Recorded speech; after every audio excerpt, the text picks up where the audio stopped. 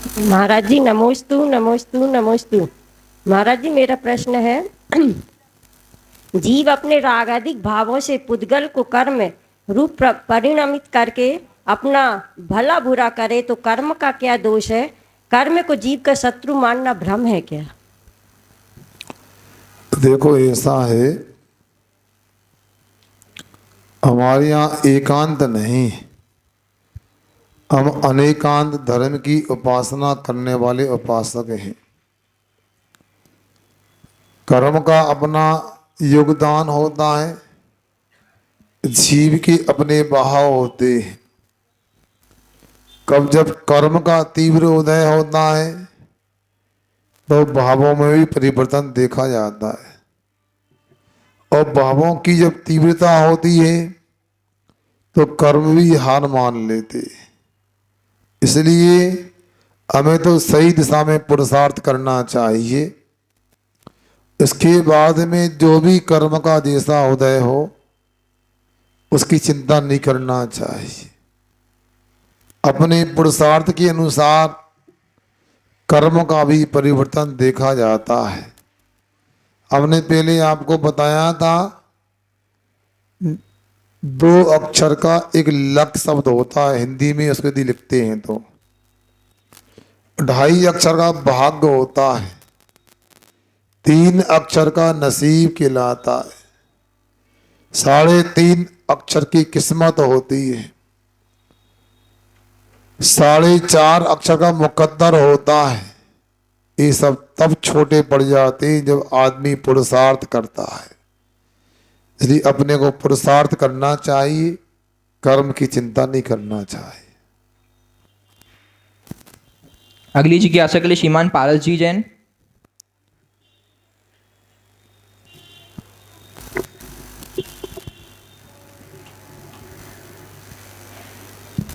नमस्ते भगवान। धर्मी और अधर्मी में क्या अंतर है, और जिनके भावों में निर्मलता है और यदि वो मंदिर नहीं जाता है, पूजन पाठ नहीं करता है, साधु महात्मा के पास नहीं जाता है, तो क्या वो अधर्मी की श्रेणी में आएगा? किसकी? अधर्मी। देखो ऐसा है, द्रव्य आधार होता है और भाव आधेय होते हैं। आधार के बिना कभी आधेय नहीं होता है। उसी प्रकार धर्मात्मा के बिना धर्म नहीं होता, यूं कहें धर्मी के बिना धर्म नहीं होता। यदि व्यक्ति के पास में परिणाम अच्छे हैं, भाव अच्छे हैं, तो फिर कौन सा कारण है कि वो मंदिर नहीं जाता, अभिषेक पूजा नहीं करता, गुरु के पास नहीं जाता है? अथवा यूं कहते हैं कि जो गुरु के पास जाता, अभिषेक पूजन करता, स्वाध्याय करता, वचन सुनता है, वो अधर्मी है। ऐसा बोल नहीं सकते। मैं तो इतना समझता हूं, जो व्यक्ति अच्छे कामों को नहीं करता, अपने को अच्छा कहता है, ये तो स्वयं को भी धोखा देता है और दूसरों को भी धोखा देता है। क्योंकि अच्छे काम ना करे, उसके अच्छे काम ना देखें, वो अपने को अच्छा कहे, धर्मी कहे, धर्मात्मा कहे, ये तो बनता नहीं है। जैसे आकाश में कभी फूल नहीं होता, गधे के सींग नहीं होते, बंध्या के पुत्र नहीं होता, उसी प्रकार अच्छे कामों के बिना वह अच्छा नहीं कहला सकता है। धर्म के बिना धर्मात्मा नहीं हो सकता है। ये अपने को मानना चाहिए। आखिर वो यदि मंदिर नहीं आता, गुरु के पास नहीं आता, पूजन पाठ नहीं करता, धर्मात्माओं के उपदेश नहीं जनता, तो फिर क्या करता है बताओ, जिससे हम कहें कि वो अच्छा व्यक्ति है? आप कहोगे परोपकार करता है, तो ऐसा कौन सा परोपकार है कि ये गुरु के ऊपर तो सेवा करने के रूप में परोपकार नहीं करता, भगवान के गुणगान नहीं करता, तो फिर क्या करता है परोपकार के रूप में। ऐसा परोपकार भी परोपकार नहीं माना जाता है जो अहिंसा आदि की आराधना करने वालों के निकट नहीं आता। इसलिए ये जानना चाहिए, जो यदि मान लो हिंसा आदि पापों में रहता वो अधर्मी है, जो अहिंसा आदि की उपासना करता वो धर्मी है। ये परिभाषा कहीं से गलत नहीं है और इसमें व्याप्ति बनती है, ये पक्का मानना चाहिए। अगली जिज्ञासा के लिए श्रीमान संतोष जी जैन, इसके बाद तैयार रहें राजेश जी जैन।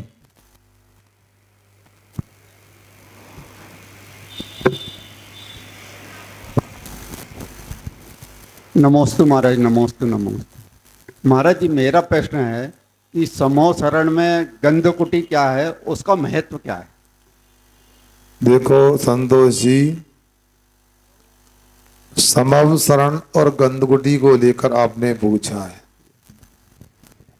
जो तीर्थंकर केवली होते हैं उनकी तो 8 भूमि होती है, उनके बीच में श्री मंडप नाम की 8वीं भूमि में 12 सभाएं होती हैं। 12 सभाओं के बीच में 3 कटनियां और 8 प्रातिहारी होते। ऐसा वैभव से युक्त जो सभा होती उसको समव शरण सभा कहते हैं। किंतु सामान्य केवली होते हैं, उनके पास में ये भूमियां 12 सभाएं आदि ऐसी नहीं होती हैं। सामान्य से उनके उपदेश देने का स्थान होता, उसे गंधकुटी कहते हैं। सुन रहे ना? अब यहाँ पर भी बैठकर उपदेश दिया जा रहा है। अब कहीं जंगल में जाके कोई पत्थर पर बैठ के उपदेश भी दे सकते हैं। दोनों में अंतर है कि नहीं?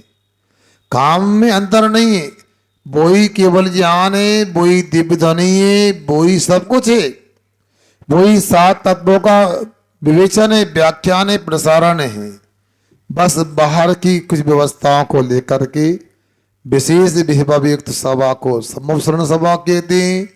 जो तीर्थंकर नाम कर्म के उदय आने पर वे तीर्थंकर केवली को प्राप्त होती है और सामान्य केवलियों की सभा गंधकुटी कहलाती, ऐसा जानना चाहिए। अगली जिज्ञासा के लिए श्रीमान राजेश जी जैन। परम पूज गुरुदेव के चरणों में त्रिवार नमोस्तु। गुरुदेव, सुबह सुबह के वक्त 4 से 5 के बीच में अचानक गुरुओं के दर्शन होना सपने में, ये किस बात का संकेत है? देखो राजेश जी, एक तो आपने कह दी सुबह दर्शन होना और दूसरा कह दिया गुरु के दर्शन होना। ये तो बहुत अच्छा शुभ संकेत है, कुछ अच्छा होना होगा ये कह सकते हैं। वो आज नहीं कल समझ में आएगा, ऐसा मानना चाहिए। किंतु स्वप्न जो होते हैं वो फलदायी भी होते हैं और निष्फल भी होते हैं। जो शेषता में आते हैं और योग नक्षत्र, योग घड़ी, योग मुहूर्त में होते हैं, वो सच होते हैं, फल देने वाले होते हैं। मगर जो बात आदि की विकृति के कारण सपना आते हैं उसका कोई अर्थ नहीं होता है, वो निष्फल भी हो सकते हैं।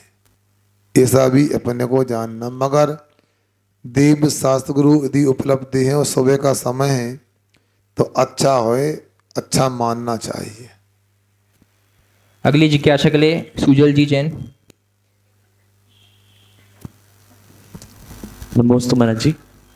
महाराज जी, मेरा ये प्रश्न है कि वैष्णव संस्कृति में और हमारी जैन संस्कृति में दोनों में मुझे एक चीज़ कॉमन लगती है कि हमारे जब 10 धर्म होते हैं, उनके जब गणपति बैठते हैं, हमारे जब दीपावली होती है, हमारे भगवान मोक्ष कल्याण के लिए वजह से हमारी दीपावली बनाते हैं और वो लक्ष्मी जी के कारण बनाते हैं। तो ऐसे बहुत सारे मतलब फेस्टिवल्स कह सकते हैं जो वो भी बनाते हैं, उसी टाइम पे हम भी बनाते हैं।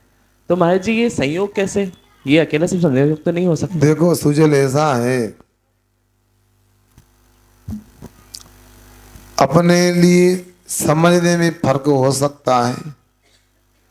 वो हमसे अलग नहीं और हम उनसे अलग नहीं, सब एक हैं।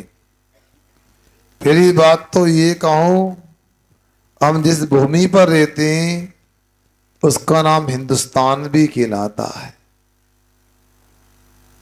मैंने हिंदुस्तान शब्द की अपनी व्याख्या बताई थी, चिंतन आया तो मैंने बताई। हिंदुस्तान का हिन कहता है हिंसा से तुम दूर रहो। हिंसा हिंदुस्तान का दुष्ट कहता है दुश्मन को भी प्यार करो। हिंदुस्तान का ता कहता है तानाशाही त्याग करो।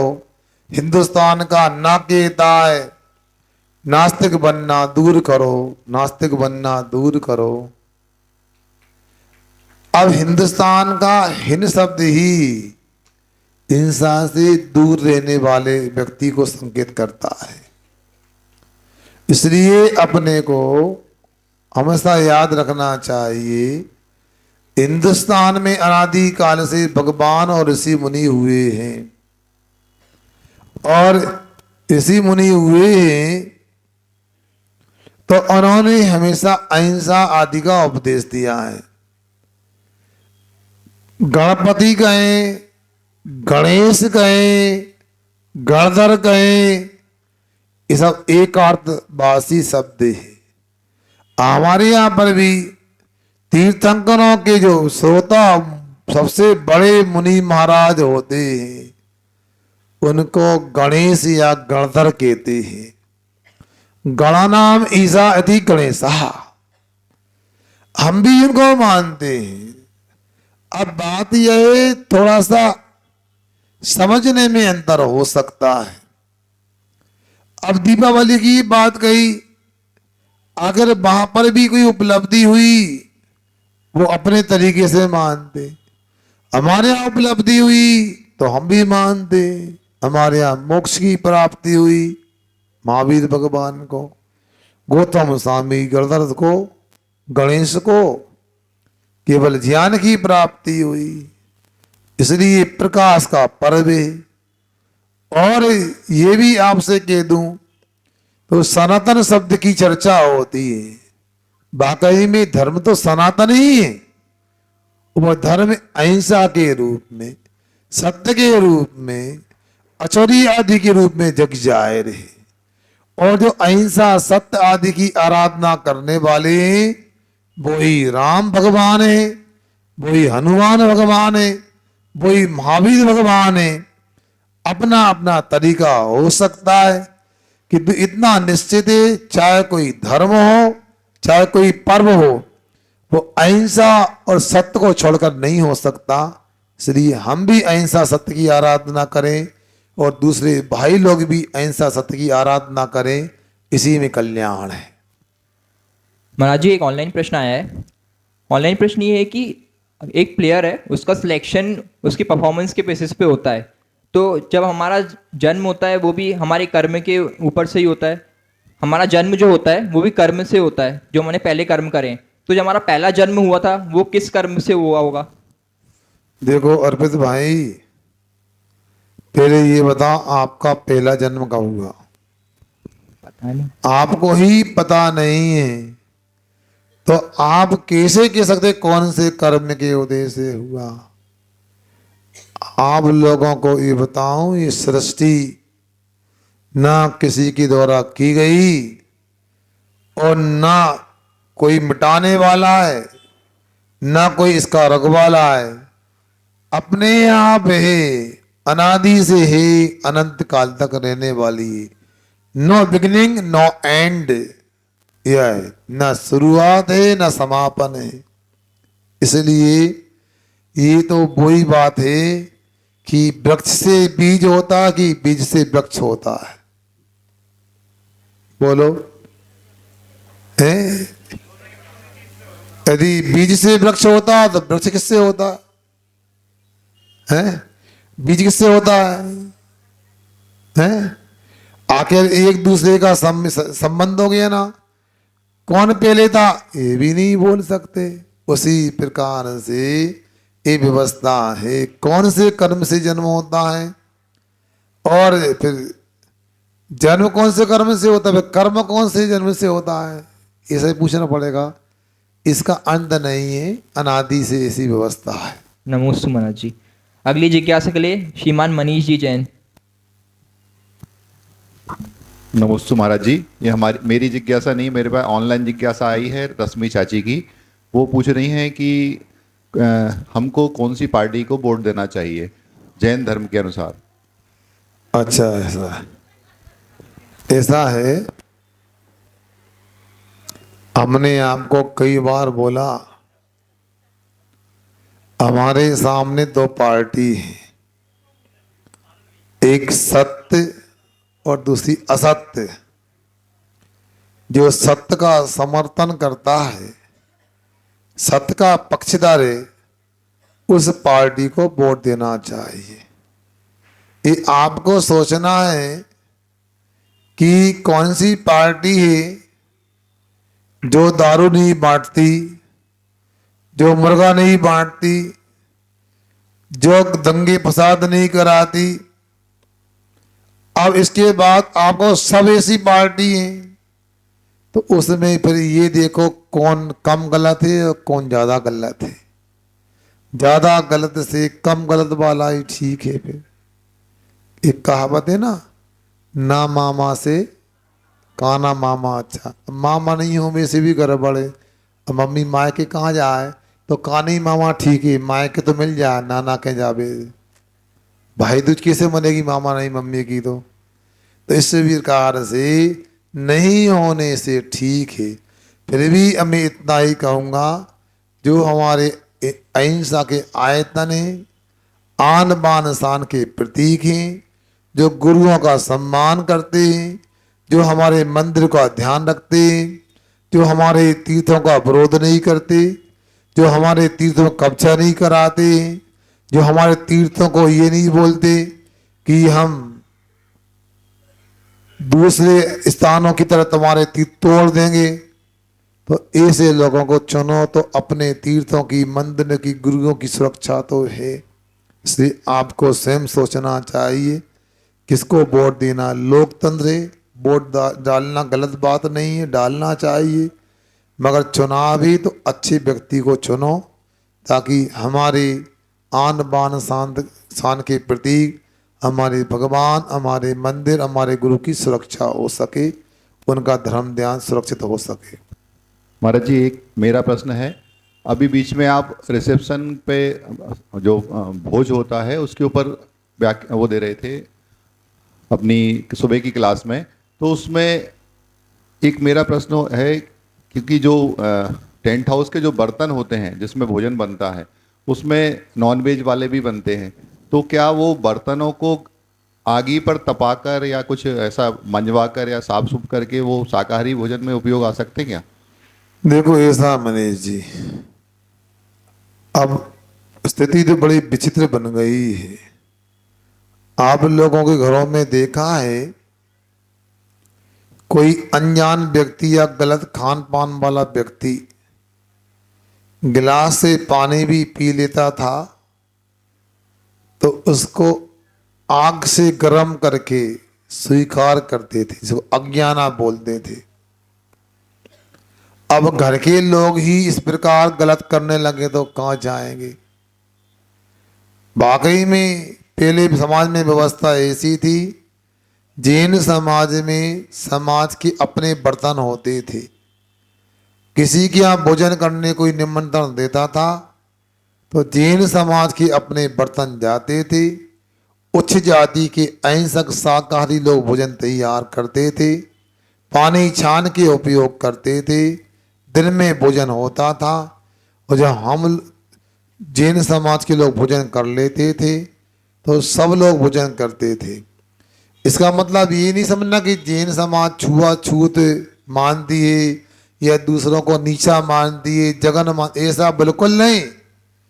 किंतु जैन समाज या जैन धर्म इतना कहता है, जहाँ हिंसा होती है, जहाँ मांस भक्षण होता है, जरा शराब पी जाती है, ऐसे व्यक्ति के द्वारा जिन बर्तनों में भोजन होता है उसमें उसके हिंसा, झूठ आदि या मांस, शराब आदि की परगणाएं, पुद्गल परमाणु होने से हमारे भाव भी खराब हो सकते, उससे बचना चाहिए।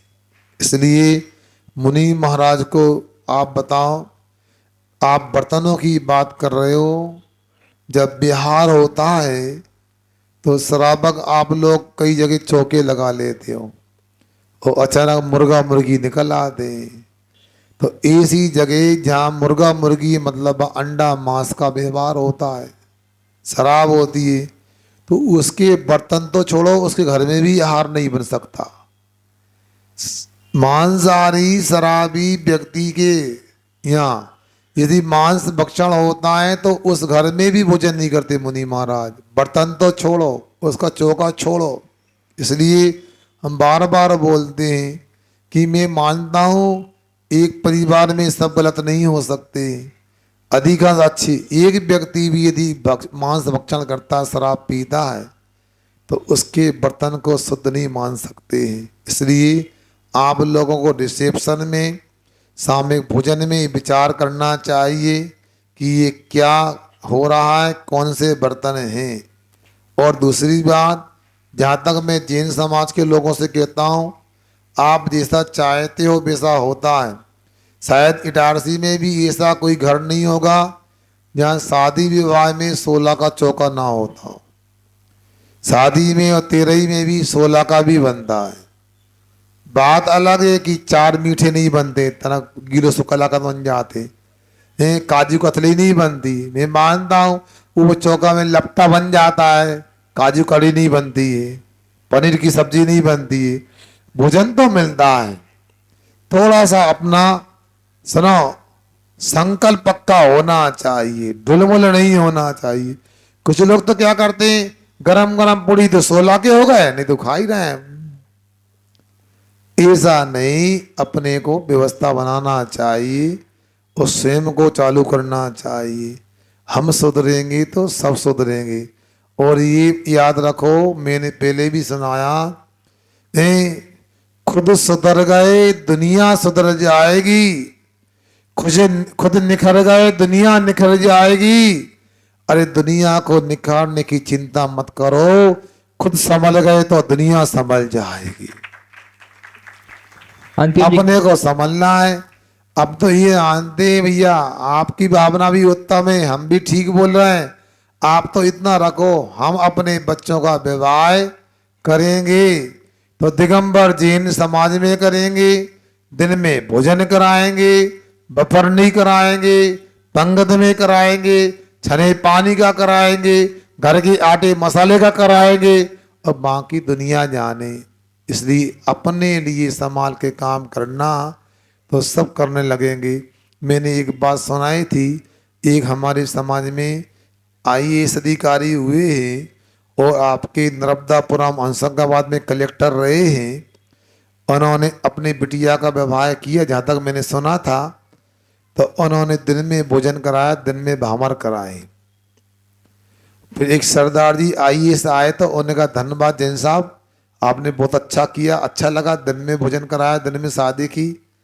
तो उन्होंने मजाक में की थी, सरदार जी आप भी अपनी लड़की की शादी दिन में करना। तो बोलते हैं, देखो जैन साहब, मैं फिर से नहीं करता हूँ, समय आएगा तो बताऊंगा। उनकी बिटिया की शादी आई तो उन्होंने पूरी रस्में, भोजन भी और भामर भी, सब कुछ दिन में किया। सरदार जी थे, बताओ। इसका नाम प्रभाव ना है। इतने लोग सुन रहे हैं, इतने लोग भी सुन, राजेश सुन रहे हैं ना, इतने लोग भी सुन ले। क्यों वकील, आवाज आ रही? आप अपने घर के शादी विवाह यदि तरीके से करो जिन पद्धति से, तो दूसरे लोग भी अनुकरण कर सकते हैं। अगली जिज्ञासा के लिए श्रीमती उषा जी जैन।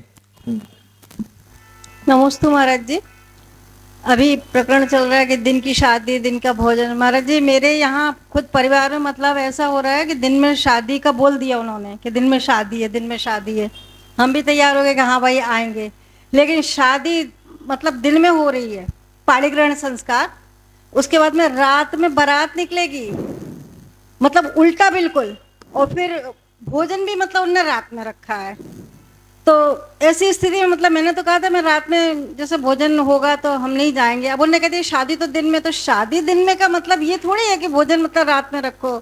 तो ऐसी स्थिति में मतलब हमको देखो ऐसा है बहन जी, हमने किसी से कहा ए प्रियांशु घोड़े को पानी दिखा लाओ, प्रियांशु गए पानी दिखा लाए, क्यों?